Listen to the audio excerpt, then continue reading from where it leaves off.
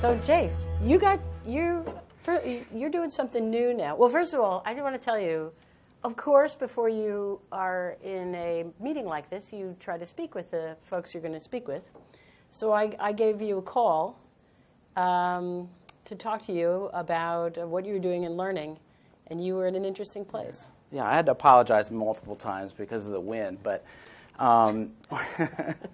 we were actually out in the middle of the field with a bunch of kids, so both college students and high school students, and we're applying real-life experiences in the desert. So when Mariette gave me a call, I said, hey, I'm sorry, I apologize, but it's a little windy here, and we're actually doing real inquiry-based learning using real-life experiences in our backyard.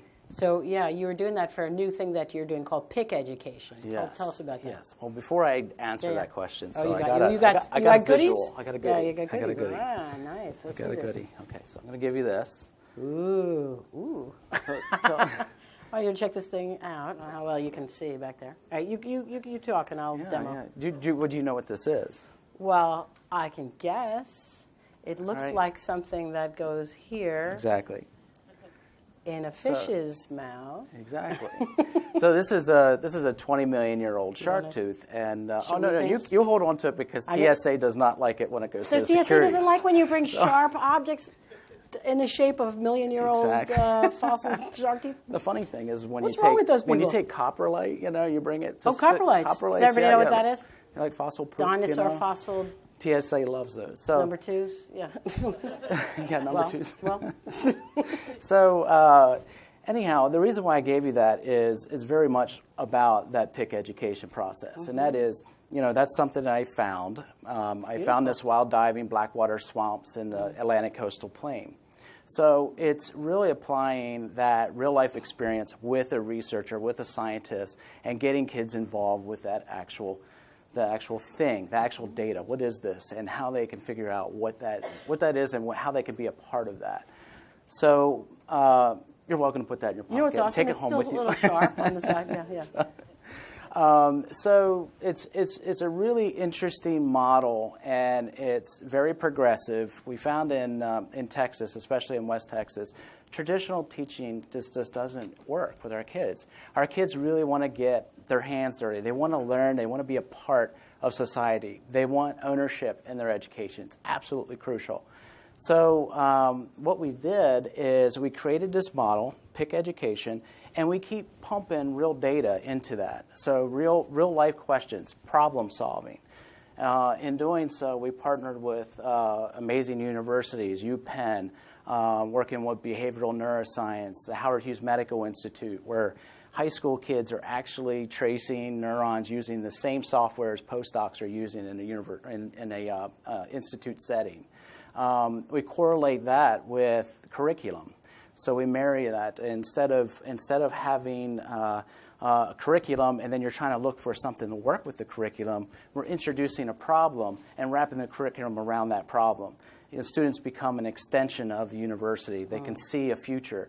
They can see a pathway, and it's really exciting because when a kid is going through and mapping 7,200 slices, electron microscopy slices, and they're mapping these neurons, and you watch them learn what a synapse is using the real data. They're learning molecular biology, doing the biology. And it's absolutely amazing.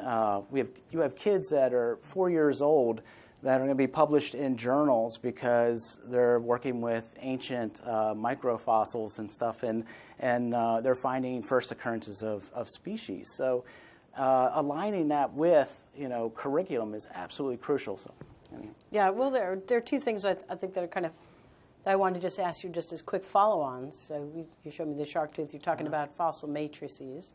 And I'd like you to speak a little bit about that. And then you also told me, you just ordered 5 cases of cockroaches or something when I talked to you. This also was part of the conversation. So we had. I'm going to set that out there and let you wonder about that for a minute while you tell me about bringing these. Yeah, it's really incredibly interesting to kind of justify when you're You know, To when you're justify trying- how you put that on your TNA, or maybe it's not ex- TNA, your request order. Yeah, so order exactly. And why do we order a bunch of cockroaches? Well, again, with the PIC education umbrella, we're trying to bring real researchers into the district, really work with our kids. And November 3rd, we're going to have another researcher. His name is Greg Gage. He's a TED speaker. He's an amazing TED Talk if you look him up. And Greg is going to come down and he's going to bring do-it-yourself neuroscience to our kids. And it's pretty cool because he brings, we're going to have all these cockroaches and stuff, but kids are actually going to do electrophysiology. And then we can marry that with different areas of curriculum. We can have, you want to learn about the physics or sound waves or biology, because now you're working with something that's really biological. How does that work with the curriculum? Each one of these things that we push through PIC education, we bring all the teachers together. We bring the students together. They think about the problem together. Then they can break those pieces apart and align that with core teaching standards. So, Greg, another great success story with him is he was so intrigued with this idea, because not only are we working with our kids, we're partnering with universities and colleges on the same problem. So the universities are actually, we have a local college that's going to do Greg Gage's work as well.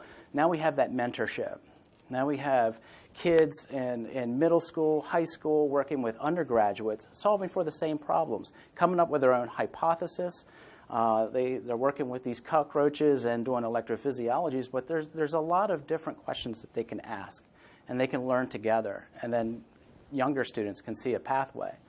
So super excited about that. And, So Greg's kits and so on, if people are interested in them, are called Backyard Brains. Yeah, thank you for so if you look up Backyard Brains, it's absolutely fantastic. Yeah. So we just took on a partnership with him and his companies in Ann Arbor, Michigan, and I think we can really kind of create a buzz and stimulate a different way of educating kids. And we're talking about bringing real problems to the classroom. I mean, we should be teaching kids how they're going to be in society. So if they're sitting there and you're working in a boardroom and you're trying to solve a problem together, we should be doing this in the classroom. The other really cool thing that we're doing is in shared learning environments. So it's not the traditional learning environment. We want to have open spaces, spaces where they can feel comfortable and work together. So there's a lot of different pieces of PIC education, and we launched this a few months ago, actually in the summer, so it's progressively taken on and getting some traction, and people are excited. So I'm going to let everybody ask you a question, but or maybe one or two if you're all good. But one thing I wanted to ask you about was this one. So this is right, shark tooth, or you'll tell me the real one. Yeah. It is the real This name is of it. Megalodon. Yeah. Megalodon. Thank Yes. you, Megalodon tooth, and. You talked about kids doing work and discovering things. What is that actually like? So I'm a kid. I come, into work in one of these learning settings. What am I getting to do? Well, they get to figure it out for themselves. Right. So tell me, it doesn't come like this. How does it come? Where the kids are, when you put the kid onto it, like what does the kid see and what do they do? So you're probably Just so people know driving what to you're something doing. called Shark Finder, right? Yes.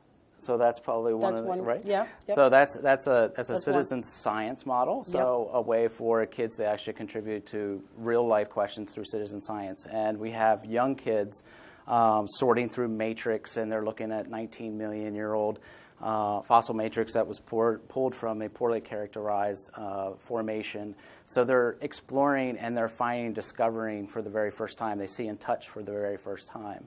So we have kids as young as right now we're at fifth grade levels, but through through the citizen science model, we had kids as young as 2.5 actually working on this. So I just love this idea. Why I wanted him to make it clear to you is because you're giving them soil and other materials. Yes. That's what we mean by the fossil matrix, and they can look through it and see what's in it for and themselves. Right, and characterize it. We have the University of Maryland that's actually processing this material. So.